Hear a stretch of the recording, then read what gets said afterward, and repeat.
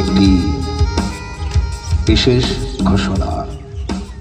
এই সাধনা লায়ন্স সার্কাসের প্রচার কার্যক্রম সাউন্ড সিস্টেম প্রতিটি নামাজের সময় বন্ধ থাকে। সম্মুখে পবিত্র আসরের আজান ও তার নামাজ। আজান ও নামাজের সম্মানার্থে এই সাধনা লায়ন্স সার্কাসের প্রচার কার্যক্রম সাউন্ড সিস্টেম কিছুক্ষণের জন্য বন্ধ থাকবে, তবে খেলা চলবে। সার্কাসের প্রথম খেলা শুরু, খেলা চলবে। টিকিট কাউন্টার খোলা আছে, খোলা থাকবে, গেট খোলা থাকবে।